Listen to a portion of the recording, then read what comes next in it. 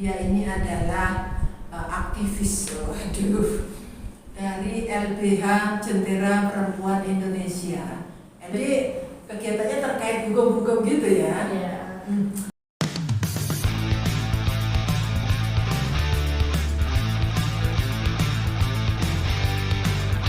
Halo sobat perempuan dimanapun Anda berada, kita jumpa lagi dengan YouTube channel GBP Jember TV. Tuh, tadi kan kita ngobrol-ngobrolnya dari 41, 42, 43. Nah ini yang keempat ya. Kita undang satu narasumber lagi yang baru. Narasumber yang tadi masih bersama kita yaitu Pak Muklis dan Mbak Mimin. Dan yang di sini sebelah saya adalah Mbak Wafa. Halo para perempuan dimanapun Anda berada. Ada juga, saya perempuan. Saya juga bersama perempuan. Oke. Di sebelah saya ini adalah Mbak Wafa, nama lengkapnya Istiqoroh. Dia ini adalah aktivis, dari LBH Jentera Perempuan Indonesia. LBH itu lembaga bantuan hukum ya nggak sih? Jadi kegiatannya terkait hukum-hukum gitu ya. Tadi kalau kita ngobrol-ngobrol ada kekerasan seksual di lembaga pendidikan, baik formal, non formal, negeri, swasta maupun pondok pesantren. Terus kalau ada santri atau siswa yang mengalami kekerasan seksual, tuh mengadunya kemana ya supaya bisa diproses hukum pelakunya? Jadi teman-teman perempuan, ketika ada yang mengalami kekerasan seksual oleh orang-orang terdekat maupun dari orang-orang luar, kalian bisa menghubungi orang-orang yang tahu hukum. Nggak harus ke LBH dulu ya, misalkan mengadu ke ART atau ke desa gitu. Maka mereka akan memberitahu bahwa kalau misalkan kita mengalami kekerasan seksual, kita mengadunya ke orang yang tahu hukum, salah satunya di LBH. Di Jember ada LBH namanya LBH Jentera Perempuan Indonesia. Di situ penanganan kasus gratis. Keren tuh. Gitu. Untuk Emang para semua ya. Iya betul. Untuk para perempuan korban dan anak seperti itu. Jadi teman-teman yang misalnya adik-adik, para perempuan yang sedang belajar baik di sekolah formal maupun di pondok pesantren, jika mengalami kekerasan seksual, tadi kita diskusi dengan Mbak Mimin dan Pak Muklis, bisa menghubungi orang yang bisa dipercaya di sekitarnya, kayak orang tuanya. Kemudian kalau lebih luas lagi bisa Pak RT atau Bu RT atau si guru, siapa yang dipercaya. Dan kalau mau proses hukum bisa juga langsung ke LBH Jentera Perempuan Indonesia. Ini Mbak Wafa yang ada di situ nanti akan melayani secara gratis, cuma-cuma ya. Nggak usah takut. Memang LBH ini diabdikan untuk para perempuan ya, dan anak ya, perempuan dan anak. Betul. Di LBH ini kalian bisa menghubungi melalui WhatsApp. Bisa langsung WhatsAppan ya. Cari aja di Google LBH Jentera Perempuan Indonesia, maka itu ada daerah sendiri. Di situ bisa diklik, maka di situ ada nomor kontak WA yang bisa dihubungi. Iya betul. Jadi jangan lupa ya, cari di Google, buka langsung webnya gppjember.com. Kemudian diklik, terus di situ ada beranda, dibuka lagi ada LBH Jentera Perempuan, diklik lagi, klik. Terus ada aku pernah buka itu ada konselor kita. Iya betul. Konselor kita tuh ada fotonya, yang kita bisa ngeklik fotonya langsung terhubung ke WA yang bersangkutan. Bisa mengadukan apa keluhannya. Berapa jam pelayanannya? Atau bisa sewaktu-waktu kita WA gitu kalau misalnya? Bisa ya, tapi kalau sibuk ditunggu aja, jawabannya mungkin nunggu kalau udah nggak sibuk. Atau ini Bu, saya pernah ngetik di Google ya, lembaga bantuan hukum gratis, maka LBH Jentera Perempuan ada daerah sendiri. Jadi udah terkenal. Iya betul, saya udah pernah ngetik seperti itu. Kemarin itu kan banyak mahasiswa yang datang ke kantor ya. Saya tanya tahu dari mana gitu, cari di Google gitu. Keren ya, LBH Jentera Perempuan Indonesia di Jember ya. Gratis lagi, karena kalau masyarakat ngomong hukum itu ya, yang pertama ketakutannya. berapa sih biayanya. Nah, kecenderungan begitu karena yang masyarakat awam tahu itu biasanya ya kalau pengacara ya itulah gitu. Oh, terus ini ya, LBH Jentera Perempuan itu kalau dalam melaksanakan kegiatannya atau mengadvokasi atau membantu para perempuan korban kekerasan itu kerja sendirian atau kerjasama dengan lembaga-lembaga lain, mungkin dengan polisi ada nggak kerjasama?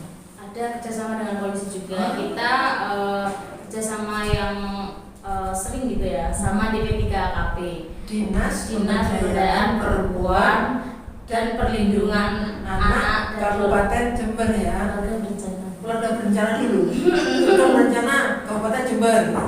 Wah, ternyata kerjasama dengan polisi juga. Iya, itu jadi dari DP3KP merujuk kasusnya ke LBH Jentera Perempuan, terus kita langsung rujuk ke Polres ke PPA tempatnya. Sebenarnya ya sudah terpercaya. Iya, betul ya. Teman-teman perempuan nggak usah khawatir lagi, nggak usah ragu-ragu lagi. Ini udah bisa nangani kasus seperti itu, jadi bisa lancar. Terus kalau pengacaranya perempuan semua apa laki-lakinya? Pengacaranya perempuan semua. Mantap nih. Jadi di DP3KP itu juga ada penanganan ke psikolog gratis. Gitu. Jadi misalnya kasus ditangani LBH Jentera Perempuan Indonesia udah gratis, terus misalnya butuh visum, Ya, itu juga gratis ya. butuh pendampingan psikolog karena kata error nih, kata stres apa misalnya trauma, Iya. bisa nggak trauma healing? Bisa. Itu nanti gratis juga ya, dirujuknya nanti ke Garwita. Oh ya, gratis juga itu. Iya, betul. Keren banget. Saya pernah ini ya dengar makanya Jentera itu sampai pada ini kasus vonis di pelaku ini dimasukkan penjara di dulu kalau nggak salah di salah satu perguruan tinggi. Oh, jadi yang ada di Jember. udah banyak nih yang dijebloskan ke penjara para pelaku itu. Nah, karena kan masyarakat ini butuh juga ya. Ketika misalnya ada bukti gitu ya, masyarakat untuk mengadu itu Ada yakin juga lagi ya. LBH Jentera dulu pernah nangani kasus kiai menghamili santrinya. Oh, iya. Pernah berapa tuh? 14 tahun kan? Itu kalau nggak salah tuh. Terus ada dosen Pancasila. Itu kena 6 tahun. Gimana nih, Ustaz? Ya itu sudah menurut saya suatu pencapaian yang baik yang dilakukan oleh LBH Jentera dan perlu sosialisasi lebih luas lagi. Iya. Mungkin jangkauannya kalau selama ini masih di kelurahan-kelurahan dan di desa-desa dekat kota, ini mungkin bisa nanti lebih luas lagi. Mengingat permasalahan-permasalahan yang kita bahas di beberapa waktu ini, ya, ini tidak menutup kemungkinan di sana juga ada. Betul. Atau belum tersosialisasi. Dan mereka seperti yang disampaikan tadi ada rasa ketakutan dengan biayanya. Iya, Terus betul. siapa yang memberi perlindungan, aman tidak mereka terhadap pelapor itu. Aman karena insya Allah kita kerjasamanya dengan apa tadi DP3KP, kepolisian juga, Polres sebenarnya. Ya lebih baik lagi kalau misalnya nanti ada menjalin komunikasi kerjasama dengan pondok-pondok pesantren untuk menyampaikan materi-materi perlindungan hukum, bantuan hukum kepada betul. Masuk akal Insya Allah itu akan usulannya. banyak. Jadi di sini sekalian kita mengundang ya, Ya. barangkali ada pengasuh pondok pesantren yang ingin mendapatkan sosialisasi tentang perlindungan hukum bagi perempuan dan juga tentang bagaimana itu supaya siswa-siswanya punya pengetahuan tentang bentuk-bentuk pelecehan seksual, kekerasan seksual yang harus dicegah. Bisa juga tuh ya. Bisa langsung nanti komen-komen di sini ya, berarti ya, di bawah sini ya. Itu ada momentum biasanya ya kalau di lembaga pendidikan itu awal-awal masuk sekolah ada masa pengenalan lingkungan sekolah ya, itu bisa itu bisa sebagai ruang ya untuk sosialisasi masalah kekerasan seksual, kesehatan reproduksi anak supaya kemudian mereka melek ya termasuk gurunya juga paham. Berarti lembaga-lembaga Ya. itu bisa komen di sini ya, misalnya undang ke Biar Jendela Ya. undang sana ya. Dan di samping itu ya selain kita mengundang di kanal ini, juga kita bisa mulai nanti kita coba ya pondok pesantren, kita ngomong dengan Bu Nyai, terus berkaitan dengan program kita. Betul. Nah, insya Allah ini akan diterima dengan baik. Karena pesantren itu sebetulnya tidak tertutup. Cuman mereka itu tidak tahu untuk ngomong ini dengan siapa, terus butuh biaya apa enggak. Iya, gitu. tapi kalau yang syaratnya berlaku tadi, Ya pasti tertutup. sengaja ditutup, iya gak sih? Tapi itu kan tidak semua pondok Iya, pesantren, betul. Masih ada hanya yang sebagian kecil. Karena emang kasusnya ya seperti ini, ya sudah. Iya, terus ramai itu di mana-mana kota ini ada kota ini kayak jadi jengah gitu. Iya. Oh, pondok pesantren gitu ya. Benar. Tuh. Jadi kan menjadikan Islam sendiri kan. kita komunitas pondok pesantren Madrasah Diniyah juga sangat dirugikan. Karena tidak semua demikian. Ada peribahasa karena nilai selitik, tapi titiknya banyak. Iya, betul. Akhirnya rusak susu sak panci gitu kan. Titiknya tuh cuma nilai selitik, tapi titiknya banyak. Situ ada kan. Tapi kita tidak perlu memperdebatkan itu bahwa begini-begini. Justru Iya. pesantren Iya. dengan adanya isu-isu seperti ini lebih pada mengantisipasi. Iya. Jadi responnya bukan wah pesantren dijelekkan, wah pesantren tidak. Karena tujuan kita itu kan memang mengelola pendidikan yang baik, Betul. yang mengajarkan agama. Itu akhlak yang baik. itu miripan Pak Muklis ya. Jadi ketika misalnya terjadi di dunia pendidikan, ketika ini speak up, berani speak up, justru ini mengangkat martabat pendidikan bahwa pendidikan ini memang harus bersih ya. Bukan kemudian pengadunya yang mengadu, speak up ini malah dibully, ini Iya. mencemarkan. Nah bukan begitu justru. Harus ada perlindungan korban. Betul. Saya kan khawatir begini, PBB membuka diskusi seperti ini dianggap PBB tidak suka pesantren, ini jangan salah kan gitu kan.